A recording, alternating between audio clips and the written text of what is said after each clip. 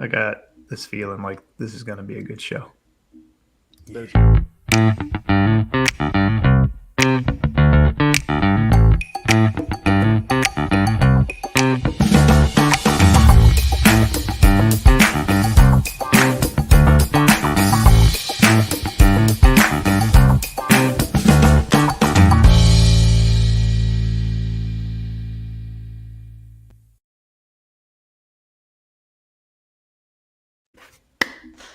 Woo! Game time, baby. Game Where the heck time. did you come from? What up? What's going on, guys? Man, Here we go are again. Here we go. I'm All just right. popping this in LinkedIn. Woohoo! Mike, Ty Mike. Brannaman in the house tonight. Let's just start this off. Mike, you've been on fire lately, so you're doing introductions. Go ahead. No with way, man. That's all you. It. That's all you, man. Dude, I don't know where you came from, but it's like every time I look at my phone, I was like, video of Mike, video of Mike, video of Mike. And I'm like, damn. It ain't me, you know. Mike just I don't know, man. all He of a just sudden started to work. Dad gave me the keys to the car for the YouTube password, and I've been peeling out Yeah, we should every night in the parking should- lot, just We peeling should out. talk about that just to kind of let everybody know. So, if you're new here or if you've been here, let's just say this has always been a thing where me, Eric, and Michael have just wanted to have fun, right? This has just been about fun. We definitely, get connected with all the right people. And so we know things real early on. And so the whole point of this show was to bring all these little need to knows to people in the trade because it's hard to get that information out there. Speaking from someone who's been there, Yeah. it's really hard to be in the know. So the whole point of this show is to get people in the know, right? And so it wasn't about making money, wasn't about any of that. So we didn't do a whole bunch of work behind like the YouTube channel and do this and monetize and blah, blah, blah. We're not trying to chase the dollar. So we didn't really do much with it. So, but Mike over here, he's just like, man, he's like, let me do something with it. It was And like so an itch that I had to scratch, you know. I gave him It was his after a password. while, it was just getting irritating. I was like, you know what? I think we need to reach more people.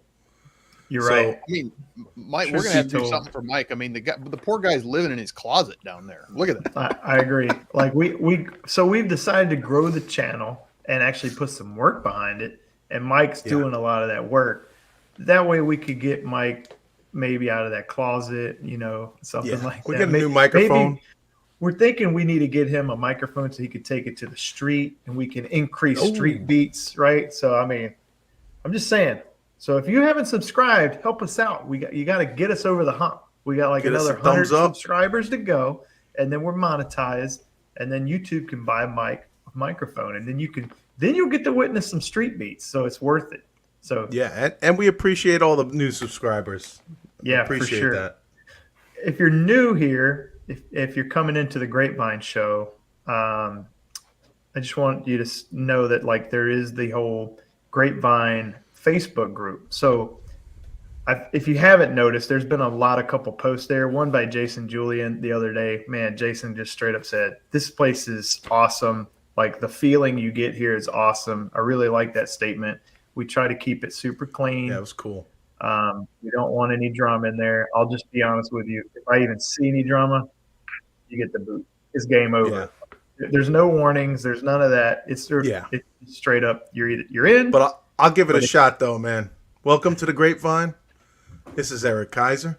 Oh, right there. And this is Chris Hughes.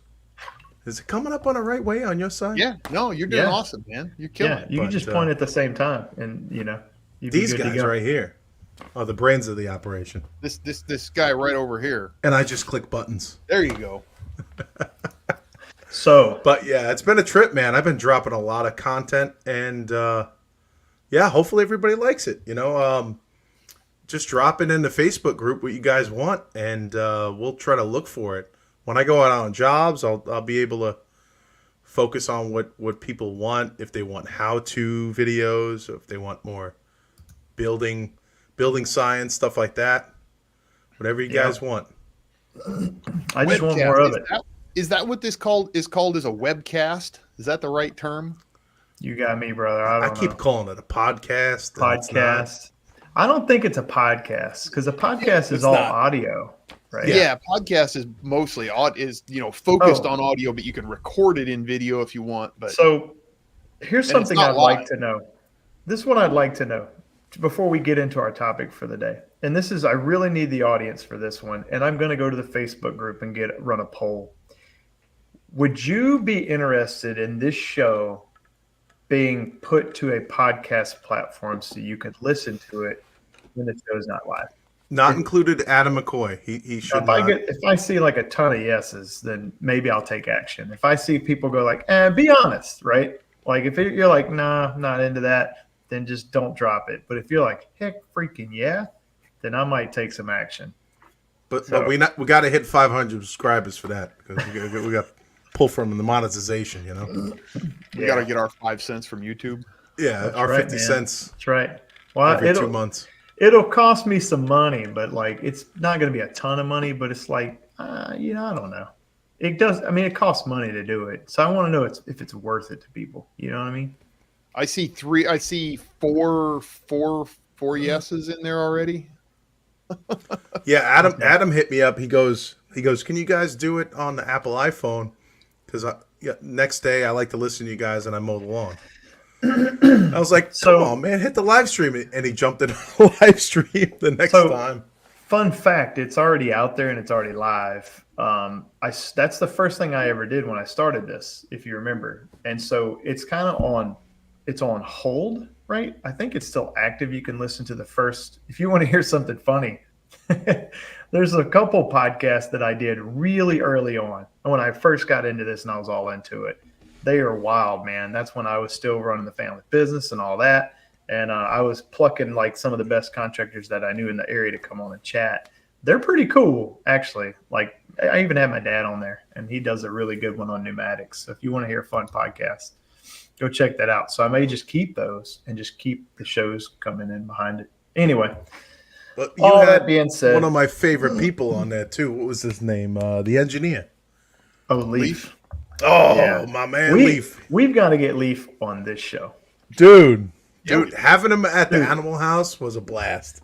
Let me tell you, if you guys want to follow somebody and learn some things, because I'm going to tell you, this guy's smart. And he's an engineer, and he is a active engineer. When I mean by active, he's someone who is actually in the field doing work, right? Like he'll do the tab work himself. Recently, he just went down to Florida and did a huge building audit on like a military base. So he flies all his equipment there. His guys, they all travel from Louisiana all the way to down to the end of Florida, and performed a big old job. I mean, they were for days, right? I mean, he does that kind of stuff. So check out Matrix HVAC. That's the name of his business. They're they're kind of active on LinkedIn. But if you want to follow an engineering firm that does active work in the field, that's someone willing to kind of look into, and they do work with contractors. So if you ever find yourself in a big commercial scenario where you're like, this ain't me, but I want to do it, call him. He might dance. Wasn't he working on you were telling me to keep it on down low, but he's working on like a bounce house or something like that, right? Trampoline park? Bounce house. Trampoline park or something like that, where the kids I bring the kids to this little joint up in Palm Bay. I'll tell you this, he's done a lot of research in the ozone game, the hydroxy radical game. I mean, he knows a lot about that. He was kind of, I didn't want to say nothing on there, He dug into it pretty deep. He actually built one from scratch, a monster one. We're talking, yeah. So we could talk about this. This is good. It's not hush. I think we could talk about it. I'd rather him talk about it because he knows. Yeah, let's see how many viewers we got. I've seen it. This thing's a beast, and the intent was, I'll just kind of throw it out there. His intent was, okay, people don't like it because it's unsafe to breathe and all that kind of stuff when you're there with it. And he's like, okay. Right. He said, but what if I could wash an entire room in the middle of the night while nobody's there, sterilize it, and then ventilate it as soon as it's done? He goes, What if I could sanitize the building way better than anybody could hand scrub it? He goes, and then ventilate the building. We're talking like Dude, how a cool bounce is house that? room, right? A big bounce house room. Let's say you got all this space. This place is huge, and he could basically, make an ozone generator machine big enough to like basically love bomb it. the room and then ventilate it out. It's like that It was part a hell of an ET idea. when you walk into the hazard room and they just like hit you with some solution. Yeah, I'll tell you what. Actually, no, I'll, it's actually not like that. I'll try to get over there when I have time, get a picture of it, and then I'll share it. Oh, he actually made Yeah. it for real. Yeah, Wow. no, it actually has been made. Like he's got one sitting at his office. Because when people tell me like, "Hey, should I put this like hydroxy radical machine? This type machine, ozone?" I always ask them, "Do you have any babies in the house?" So one thing I could tell you that's really interesting about it is he actually monitored. He's been toying with it, and he found that creating ozone's one thing, but trying to stabilize it is really difficult, right? So Okay. he's been playing with regulating voltage to the ozone cards, and he's been data logging ozone in the plenum, ozone in the space, ozone in the return, trying to see if he could figure out a way to make it be a consistency, right? And it wouldn't be varying up and down, up and down, up and down. So that's really a really interesting case study. I'd love to get him on here to talk about. Yeah, I love it. I Yeah. finally did. I did one house where she kept on having. It was actually a TikTok video where they sprayed the ductwork with that white paint. She was having like mold like growing in there, so they sprayed it. She was still getting a smell. So I talked to a friend of mine. He used to in Colorado. He used to do grow houses. Yeah. And he had this ozone machine because it could knock down a lot of odor. So I got this commercial ozone machine, and I was like, "Listen, just go shopping, go somewhere to the bank for like 2 hours." And I ran it. I kept the fan on low speed, and it's been like a month and a half. She says it still hasn't come back. It knocked down the odor really well. I did it like a treatment, So I was reading the comments when you were saying that. Are you saying you put an ozone generator in her house? Oh, yeah. Okay. Let me back it up. So I use a Okay. commercial ozone generator, and I told her to leave. I was like, "You cannot be in here." Yeah. I held my breath. I like ran in to disconnect it, and it was strong, dude. Like Oh yeah. Ozone really. lingers, right? It's not like Yeah. if it lands on the surface, it'll sit there. It's not Okay. like, ozone's going to hang around for a little while. So yeah, I opened up.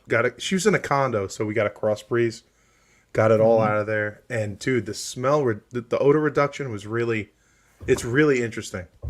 I like it, but I'm totally against any type of ozone 24/7. I mean, I think they use those ozone generators in like for fire mitigation, don't they? To go in and take all the smell out of the fire. If a building has a fire or smoke in it or something, Cool. don't they use I those? to don't clean even that know up? what they use them for. Yeah. I don't know, but I'll tell you, if you have a car that stinks and you're trying to get rid of the smell, works Dude, really I good put it in for my van. that. It'll knock the smell out. You know what I'm saying? I Now, got you a want to ventilate the 20-year-old car, but 20-year-old you ventilate ductwork it. in that van, Yeah. But the house, Uh. the house was from the 80s, so, Yeah. And I'm just for the record, no expert on ozone here. I know Yeah. I only know what I've read, neither. and I've read some, but not nearly enough. yeah. So, I know yeah. the EPA came out with the white paper and said it's not good Yeah. for residential use. Yeah. I never recommended it in the past. Yeah. Yeah, I mean, it's not I- something you want to have in your house 24/7, or you don't want to No. have it. You don't even want to be in there if you're putting really high levels in it. I remember what was it? Wasn't there there was a switch on the old Honeywell electronic air cleaners. Now, I'm probably dating myself a little bit here, but the No, old Honeywell electronic air cleaners had a ozone reduction switch on it too, didn't they? Oh, wow. If I'm not mistaken, I think I've even seen that in newer technology where you could reduce the ozone layers, like some of those new products. And I'll be straight up, I didn't. Did y'all hear that? Sorry, that feedback? was me. Uh, I haven't. Here's what I'll tell you. When the whole rage of all this stuff coming out, so I was like, okay, I'm intrigued, and I'll even till this day tell everybody right now and straight up say, the idea of going down this path to make stuff clean and how does it work? It interests me. I'm not saying I'm going to go and put it in somebody's house, and I haven't, but I did put one in my house to test it because I'm like, I'll give it a go, whatever. Yeah. So I did put one in my house, and I tried two for like a week each one. I did the one with the ozone, and I had it in for like 2 days. And then my wife actually said, "Hey, look," she's like, "You got to take that out. My eyes like are burning from it." And I'm like, "Oh, Oh, wow. okay." Really? So I pulled it out. Yep, straight up. And so I then swapped it out with one that did not generate ozone, right? And I put it in, and no issues with anybody in the house at that point, because I was like, if I'm gonna pitch this to people, I want to know what the experience is like. And so I put the one in with no ozone, and you couldn't tell anything. Like my house didn't smell cleaner. I didn't get anything that was like wow, that was interesting. So it was kind of like a dud in my book, which means I didn't do it. And so the only customer, I didn't get a lot of requests for this, but I had one church that came to me, and me and a priest who knows me very well, and I had the maintenance contract for this church. But everybody's got parishioners, and they're trying to do the right thing or slip in and get the contract away from me. So they went to the priest and said, "Hey, I think we should do this and this. This is the middle of COVID, right?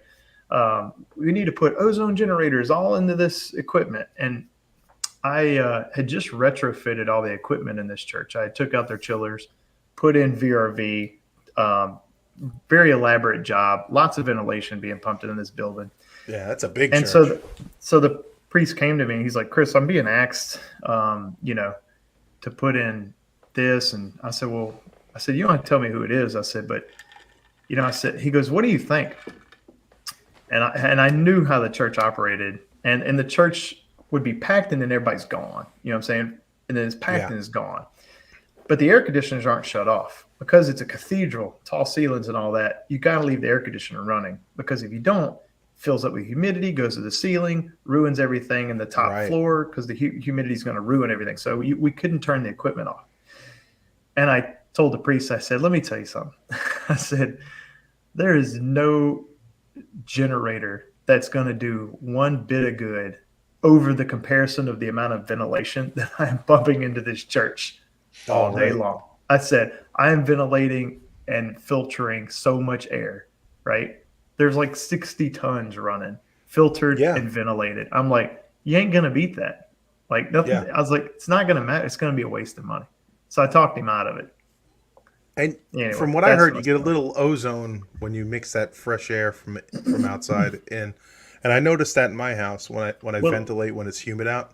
So there is always a certain level of ozone outside, right? And when the lightning is striking the ground a lot, if you ever go outside, you smell that like crazy smell, that smell of freshness. You know what I'm saying? Yeah, that ozone. That is tons of ozone that's happening naturally.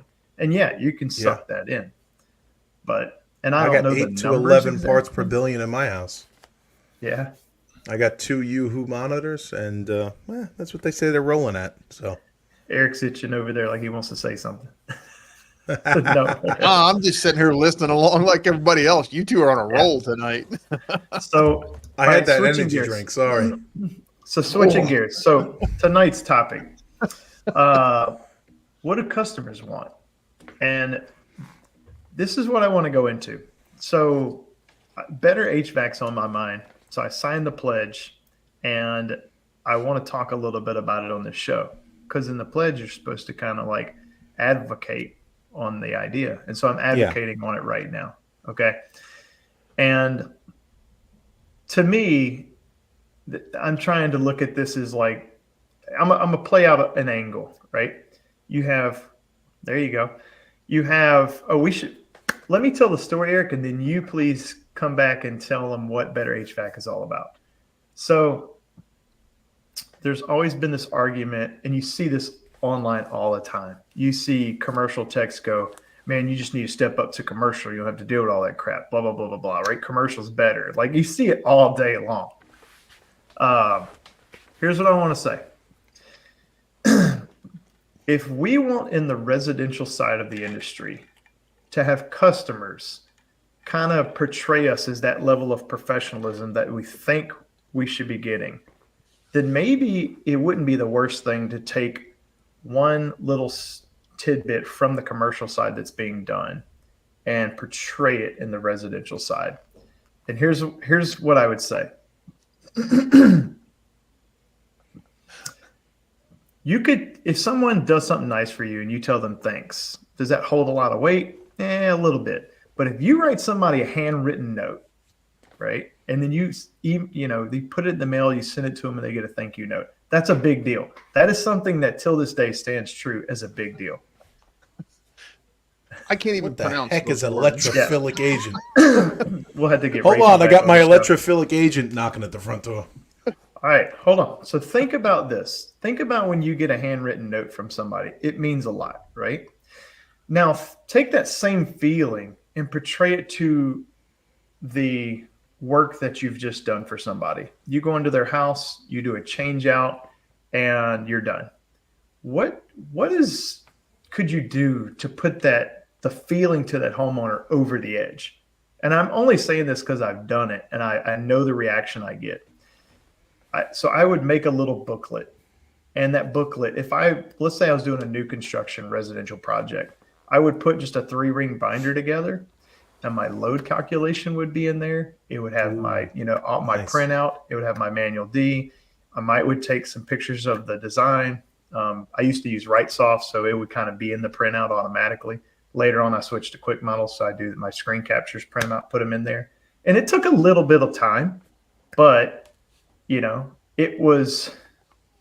Now, I didn't go all the way as like putting commissioning reports in there, because let's be honest, we're just now getting into the phase where there is tools that are starting to print out commissioning reports, what we could put in there. That day's basically like here now.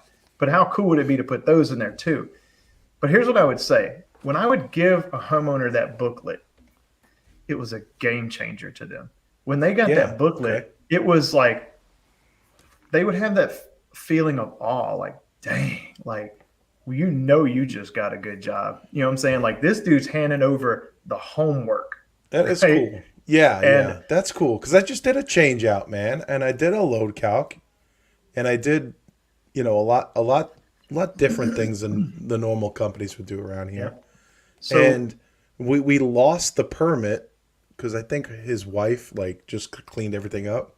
If I would have had it in a folder, dude, like you're saying, and put it right on the air handler, I could have told him just look in the folder. I got copies of everything in there. That's sweet, man. no, I love the idea. Hey, Doug, what's up? I absolutely love the idea of the residential industry taking the initiative to pass over the documents to the homeowner and have total transparency from start to finish. Yeah, and I could even think put my estimate in there. Here's what I'm going to say. That's a better HVAC move. Yeah. All right, Eric, tell them what better HVAC is. From the top, baby, from the top. Well, I just want to kind of continue what you're talking about there a little bit, Chris, because I completely agree. That is something that I haven't done a lot of, but I have done it a few times in the residential industry. Like, you have a turnover packet for the person. And I love the idea of having all that information as a technician. Heck, if I come back to that job 10 or 15 years later, right?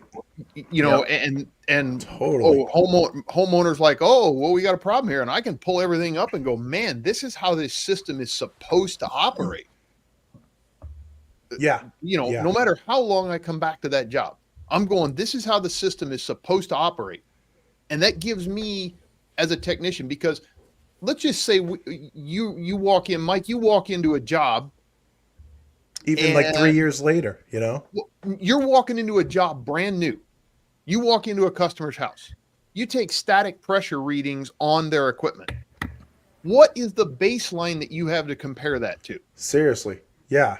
I mean, the only thing we have is the manufacturer's rating on the nameplate of what the manufacturer says the maximum static pressure is supposed to be. Yeah. If it's even on the nameplate. Let's cross a bridge real quick. Really? You got some air handlers with nothing on Yeah, it? I got beef with this one. I was Not gonna say, every I've never data seen it plate- not on a nameplate or on a data Well, plate. Yeah. There's rated, and Yeah, then there's right. maximum. And so back in the day, I think you used to see maximum on the data plate, but nowadays Okay. you see rated on the plate, which means it was Oh. rated at this. Doesn't mean it couldn't go above that, right? You got to go to the manual to find out what the maximum allowable is in the fan curve chart or similar. But Right. the tag will say Oh, rated. so it's rated rated- at 0.5, and the max is in the airflow chart at 0.8 on my last unit. Okay. Right. 0.8 was Jason my... Julian killing it, man. Yeah. See, he's Oh, already that's- doing it. See, I'm doing all right HVAC. I'm doing all right. I mean, And then Jason's doing- And then we got this guy here. I don't know who that guy is. Ain't nobody What's he got doing time out for there? that. All right. Here's what I'm gonna say. I know what this sounds like, and it sounds like, oh man, Shut that's the a door. mountain That's climb. what he's saying. But you have to make it a system and process. Look, here's the deal. This sounds like a mountain of a lift to do, but it's really not. If you have the folders Not if you want, automate buy it. them. Yeah, right. This could be done. Now you could automate it. That's taking it to another level, and I do like the idea of that. No, But if you just have the binders you want, there's a process to it. It rolls fast. This right here. I don't know, Eric. I'd marry her if I was you. Okay. I think I should. Now, here's what I will say. I didn't do this residentially, but commercially, everything would be on a jump drive, and the jump drive would be in the booklet, right? What?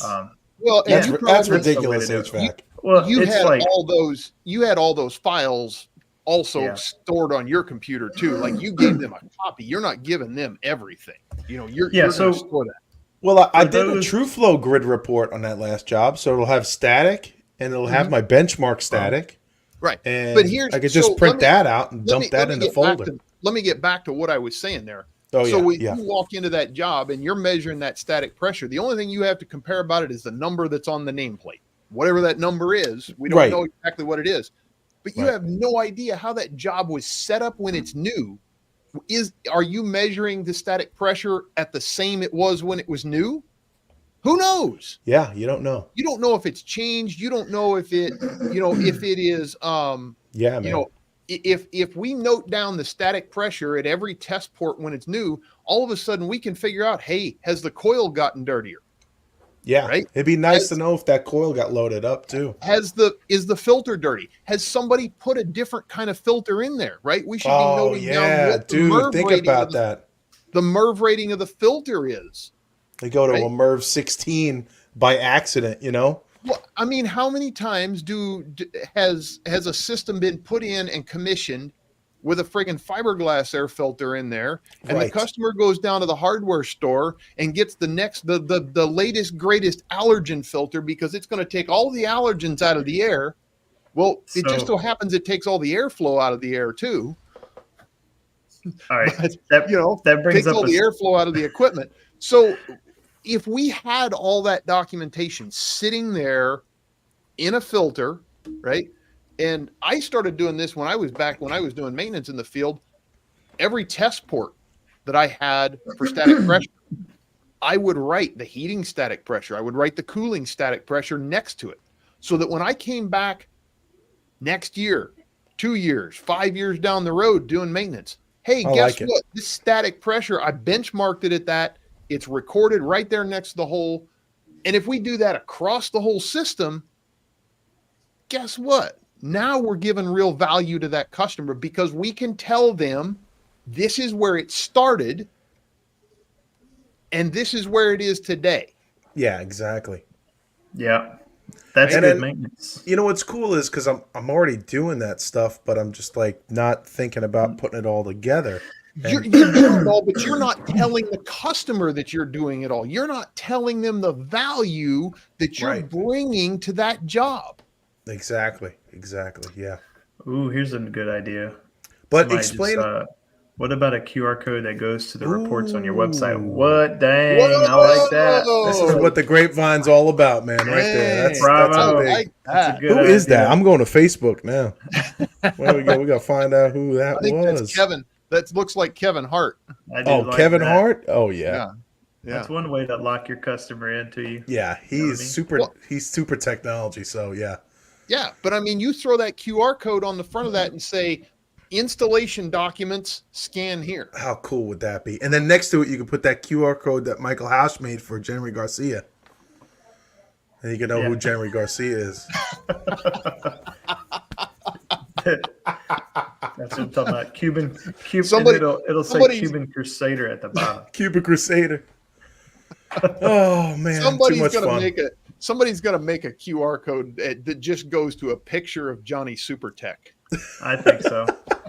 Yeah, and it should Gotta have rise above it.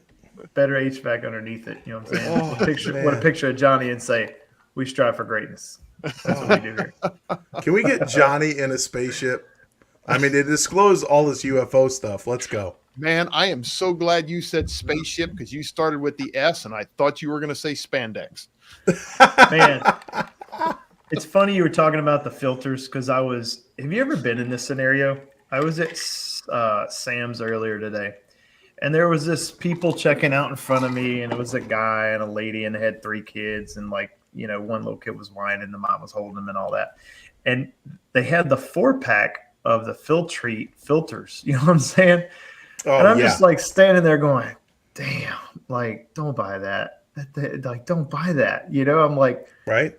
and I have plenty of time. I'm just, there's like 2 people checking out in front of us. We all got a ton of crap. And I'm just like staring there going, like, having this dilemma with myself going, should I say something or should I not? Nah. I didn't say anything, man. Like, because I don't even know how to. Dude, I'm not address I'm that guy in Home Depot. I don't give a shit. I want buy to those. I want to address this comment right here. Okay? Because you know what? I hear this all the time. Well, the old people are just going to love that. Well, guess what? The old people have been using smartphones for a while now. And the old people, a lot of them know how to do that. But the purpose of this documentation is not necessarily directly for the homeowner. Yeah, that's true. It's like a 50-50. Yeah. It's for the technician coming in there. It might not be for the little old lady that lives there now. It might Thank you, be Hughes, for the man. next people. Same name. Gotta love it. Sorry. Yeah, I would get him confused when I was watching HVAC overtime. I'm like, oh, Chris is in here. Oh no, that's Huseman. Yeah. We got to get that That's- man on the that's show Ryan- because he's that's got my Ryan. name. You're right, That's Eric, Ryan man. Hughes. I mean, dude, that's awesome. That's Ryan it's- Hughes from Misfits, isn't it? I think so. Yeah. Yeah, I think so. But that, like, my point is that documentation. Yeah, buddy. That's the comment of the night. Right As there. long as nobody's breaking into the back room of the restaurant with the roomulator, we're Just okay. saying, Chris man. has still got a job. If the Got my- roomulator is all of a sudden found on You know the what I'm ground. saying? Take it everywhere I go. But so again, back to my point with this. It's not for the current homeowners, right? Unless they want to go look at it. But you can tell them it's there. It's for the future technicians that walk up into that room. Yeah. It's maybe for the future homeowners that buy that house later on. Maybe Yeah. it's for the home inspector that comes in there looking at it later on going, hey, oh, wait a minute. This is all the documentation, installation documents for this piece of equipment. You know what would be my better HVAC moment? I mean, I'm loving this idea. I think I'm gonna try to implement it. But All right. if I can get one of those cheap little $30 dryer like Magna Heelys, when the filter goes bad, when it gets dirty and gets loaded up, that's what my homeowners want to know. When is the filter dirty? Well, doesn't I think doesn't Dwyer make an inexpensive incline manometer? That's what I just said. Is here's my mic working? Here's the thing. Yeah, that's exactly what you said, right? But here's the thing. Do we want to know when a filter is dirty, or do we want to know when it is not effective anymore? For homeowners, dirty. Me personally, What I do want the to know homeowners? when it turns to a MERV 8. That's what I want to know. I think What's- you're onto something, Eric. I want to hear you all the way out. Okay, so what do we know about filters? There's multiple ways that they capture particulates. The old thought process, or okay, I should say the current thought process of a lot of people, maybe an old thought process, is that the when the That's filter only gets good for 30 dirty, days. or it drops the or the resistance raises enough that it drops airflow, or that it causes the fan watt draw to go up, then the filter needs to be changed. All right. But we know that filters capture a lot of their particulates with an electrostatic charge, and that electrostatic charge leaves after a while. Yeah, and that's what I asked John Ellis with his filter. He said, actually, I forgot what he said. They're getting a long time. They're getting years out of that electrostatic charge. Okay, so But that's okay. also a lot more expensive filter that's purpose built. Yeah. Versus Home Depot the stuff. cheap filters. The reason a lot of those filters have 30 days, 60 days, 90 days on them is because that's all the longer that electrostatic charge is going to last. Are you serious? You know that for sure? Because that's ridiculous. They put a light electrostatic charge on them. That's garbage. So the time limit's based on the static charge, not what they estimate to be as. So can I go in there with like a 9-volt battery and just charge that sucker up? No. I mean, you can try. You might catch a filter on fire. Then it's really no good. Oh, with the dust? Yeah. And the cat hair? Charge that thing up with 120 volts. See Everything's fine, man. Everything's fine. No, Yeah. Just cleaning your air filter off. Yeah. It's right here. I have to do this in my maintenance report. I put it Yeah. in my documents. Yeah. Charge It's like filter with 9-volt battery. It's I got that new like, carbon filter for you, man. I burned it. It's like cleaning the what do I want to say? The cottonwood trees off of the spine. Oh, fin off of the with- train? Yeah, off the spine fin? Dude, with when a I torch. saw that, I thought that was a joke. I was like, oh my God, it works. It's When the filter catches on fire, I'd be like, oh, damn it. I put the battery up backwards. So But seriously- there I go thinking I have a really good idea with the Magna Healy, the one port, and Eric always comes in and goes, bam! I He's used like- to completely agree That's what Eric with. does. I Eric, used that's to. what Eric does. That was Sorry. my thought process, Mike. That was 100% my thought process. But if we want that filter to capture the maximum amount of dirt, Yeah. we've got to replace it when the electrostatic charge goes bad. Otherwise, it's going to start letting dirt through. Yeah, I wonder what it turns into. Like my MERV 13s. Well, I wonder what the hell they turn into. Like a MERV 8? Damn. I don't who know. knows? There's a lot of testing that goes on out there, and It's crazy. I don't We know did a if whole there's show any. on this. Guys, We did did a show do on it. this. We We did. did. This But- all stems back from when I sat into the ASHRAE meeting about filters, and they grade them on their MERV and their MERV A rating, right? Isn't that what it Yeah. That was the whole basis of that Oh show. man, now you're going back. I don't remember all Dude, that. But we got a whole episode. I'm going to it. Yeah, I'm pretty sure we did a Hey, whole. Mike- I know we did a whole episode on Why this. don't you just go play that episode and we'll take the rest of the night off. We're going to take a smoke break, guys. We'll be right back after these messages. Episode 40. Pick the MERV you So deserve. this is something I would agree with. We should just ban one. Yes. Well, okay, Let's do it. I'm fine with that, unless Yeah. you're going to put like 2 or 3 of them side by side, not like this, but like this. You know, put Should them we on- invent a TP for the 1-inch filters? So- Well, let's talk My- about that for just a second. Hold on. If we went with a filter like a 4-inch thick filter, and we could get a Ooh, he's lot doing it too. longer life out of it, we could afford to spend just a little bit more money on that filter. I'll just straight up say it. I run a practical pleat in my house with the foam around it. I absolutely am That in one's nice. love with that filter, right? Because it fits nice and snug into the filter grill. I Yeah, I love like the foam. Like that is a nice filter. Straight up. And that's Jenry Garcia approved too, by the way. Yeah. Here's what I will say. my Wonder if we could evaporator get that, coil is like- really, really, really clean. Really clean. I I don't wonder think if we can I Can we get a Cuban Crusader approved stamp of approval somewhere? Double C, double C. yeah. I'm He's just not saying, even in here it's we have got to eventually. There needs to be more education that's thrown to the marketplace about filter bypass, and I think it's a weak area for the whole industry. So for my customers, say I keep heavily telling them for commercial. the last 2 years, we need to start taping your 1-inch filters, and with masking tape. You can do that in your market because you got filter grills. You come up here to my market, you ain't going to do that. 'Cause Oh, we've that's got right. You slide-in Northerners are filters. crazy. We got slide-in filters with no door on the front of the Oh filter my slot. God! So that's what you guys mean by filter bypass? Well, Like no. you could fit a squirrel by that filter. Oh my That's pretty accurate in goodness! some situations. What? Like I've literally seen, people with a 16 by 20, we call them a filter rack. Okay. Yeah. So they'll take a 16 by 20 filter rack, and it's too hard to get the 16 by 20 in and out because you got this little tiny sheet metal hole that will just slice the ever-loving bejesus out of your fingers trying to get in there and pull Gotcha. the filter out.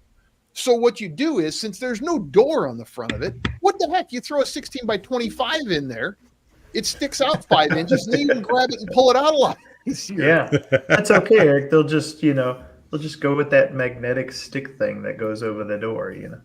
Yeah, I mean, literally, some of these things are so friggin' cheesy that you couldn't even stick a magnet to it because all it is two pieces of sheet metal coming out that you slide a filter in. Sometimes people will make like a little cap that goes over it, but there's nothing airtight about it. Yeah. No, it's pretty I've bad. seen that. I've seen that plenty in my life, man. And All right. I look But we at it got to and stay go, focused. What else are these homeowners wanting? What do we got? What are we shooting for?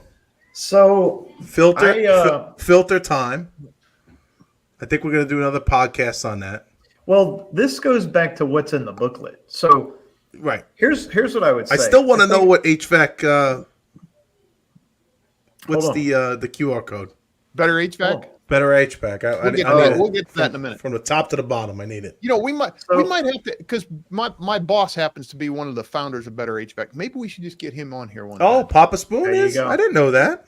Yeah. So let's have this conversation. Better What's- HVAC.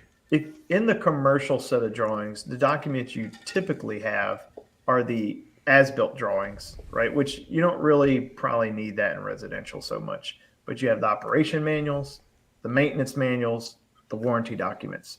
So if Right. you're asking me what should go into this booklet, those three categories is what you're trying to put in this booklet for the homeowner. Yeah. Load calculation wasn't quite mentioned because that's like typically the drawings that I've had to turn into, like say the engineer then puts his drawings in with the packet and turns it all in. So it wasn't my responsibility in that market. But in the residential market, you kind of are the design engineer. So you need to tag your load calculations. If Right. you had, if you're playing that role. It was just tag 'em a in. quick manual block load. So that's your categories. That's what I think you need to turn in if you're going to make a booklet for a homeowner. That'd be That's cool. that's Because the wife cleaned up all the manuals for the blower, profile. And, And to add to that, thinking about it is now that we're getting to where we have an industry of tools that will do reporting, commissioning reports. Well, and those commissioning reports need to have what the design was, right? So you have a column for this is how it was designed, and this is the actual as installed. Yeah, and it's not like Eric was saying earlier. It's not so much for the homeowner. That is to give the homeowner the feeling of like, wow, I paid a fair price and I got over a fair price worth of work given. That's the feeling you want the homeowner to have. But if they retain that, and typically they will, like in my experiences, they value that booklet of knowledge. And so the next person that rolls up to that job, if there's like a remodel going on to that house, that homeowner's probably going to bust out that booklet, And let me especially say if they're this. very satisfied. Well, Let me say this: even if they're not going to read all the stuff, if they just go through it, they go, "All Yeah. right, I feel like this is a lot more than I even anticipated." Well, let's They go put back it to the back in the beginning. folder. The whole point is to get them to get the consumers of the world to much more appreciate the residential side of this industry, right? Value us on a higher level, like we feel we should be, right? We should. But how do they know to value us if they don't have these documents being handed to them saying, look at my homework? Because all they see is the 1 day retrofit changeout. They may not see the load calculation or any of the homework that you had to do, the brain work, none of that. They didn't see any of that. yeah, How do you convey all that work? The booklet conveys that you put a lot more time into that Okay. job than just the 1 day job. I mean, And then a budget job won't have this. If everything's about price, price, price, you could leave this whole thing out. Well, what do you guys Yep. think? No, or just stick to personally, I think you should, even on set the bar? my feeling is that you have even just a basic something that has all the manuals. Now, on the companies I worked for, we're in a very sheet metal market, so it was super easy for us to bend up a book holder. And even when we nice. had Yeah. duckboard there, we would bend up a book holder and tape that sucker on. Like, we can drop all the booklets in that. But only occasionally would we do like this. I mean, if you had done that binder on every job, at least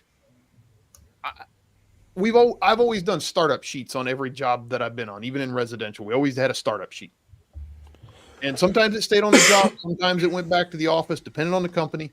But leave a copy of that startup sheet on site. Now, today, we could do that with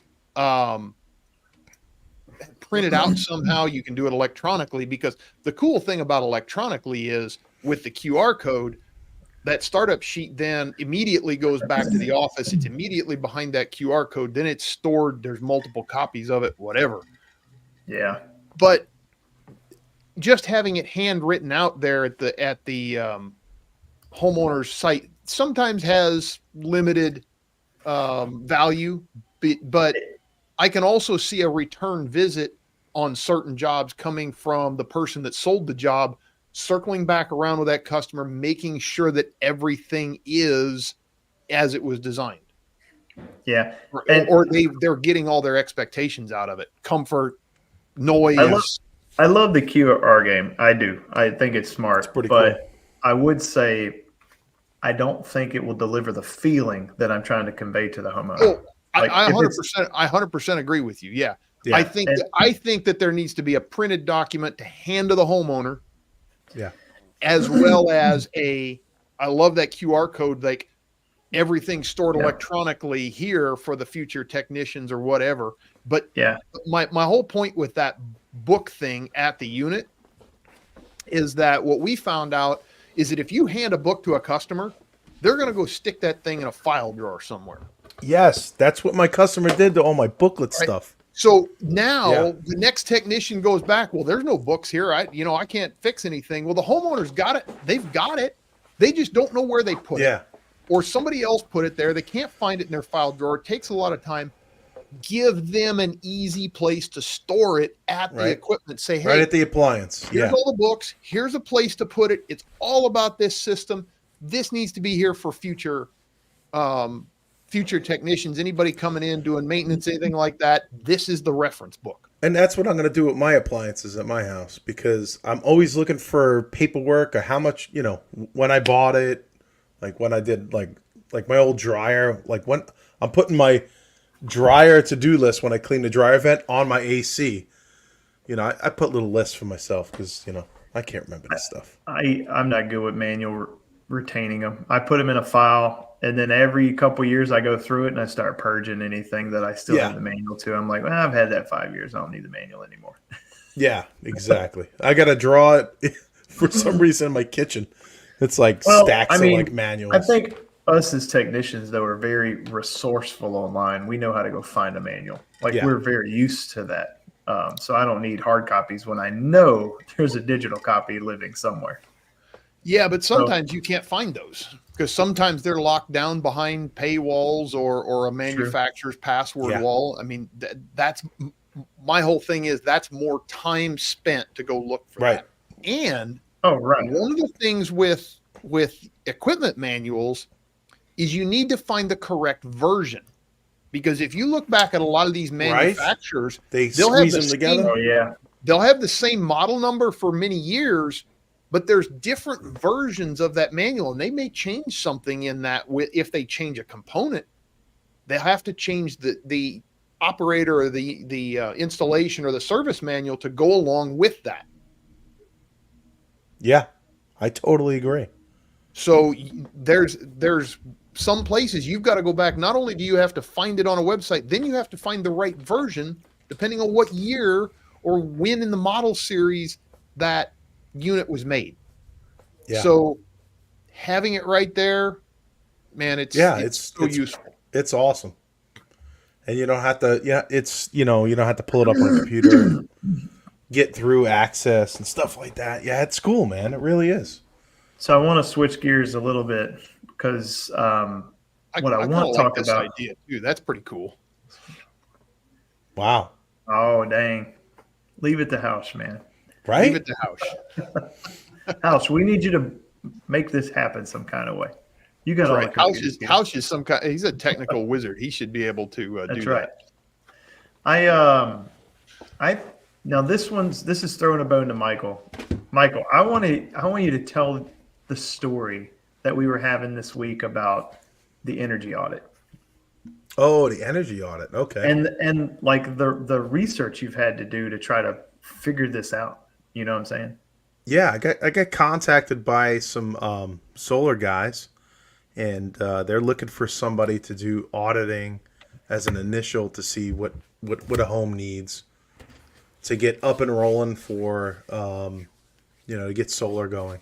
So to be honest with you, I don't even know what it involves because I've contacted 3 or 4 different companies that falls under this umbrella of what was it called, the IRA, Inflation Reduction Act. Mm-hmm. Yeah, so I'm checking the boxes, and I can't even get like a hold of anybody. I mean, I called one entity. I called, and I'm like, "Oh yeah, give us a call back." But I was like, I don't have any proctors in my area to certify me. I think the closest place was like 3.5, 4 hours away. So I was like, all right, let me hit up this other company. And So what are for BPI certification? yeah, I didn't want to name names, but yeah.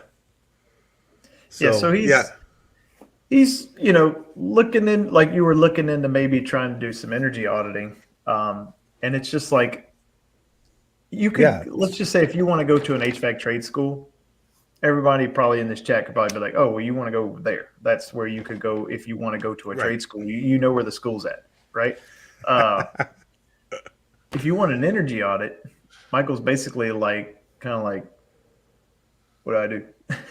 You know what I'm saying? It's crazy that that's like the way it is. Yeah, I went to IRA's website. I've got like, I could do Energy Star this. Like I've got stuff all over the place. And well, I called up BPI. They actually talked to me, and it's part of it too may be up to your state. Because you may have to know what your state is what they're going to spend funds on, and what they are going to require for those funds to be spent. Like, is the state requiring a BPI certification to do the audits? It's going to be, I can get certified through BPI, BSI, FSEC, Florida Solar Energy. Now, FSEC got back to me, but I tried to get a hold of them again because I was like, do I need to be a HERS rater or something? Like, is this going to take 2 years? No, you know because what I mean? HERS rating's more for new houses, not for existing houses. Right. Yeah. And they got back to me, and then I couldn't get a hold of them. They were like low on staff or something. I left a voicemail with them, and BSI the same thing. I left a voice. I had a prerequisite like initial text, like to get somebody to call me from BSI. I filled out the information, then they sent me another email. I was like, seriously? So I had to fill out another email to get a contact. They said they were, kind of low on it.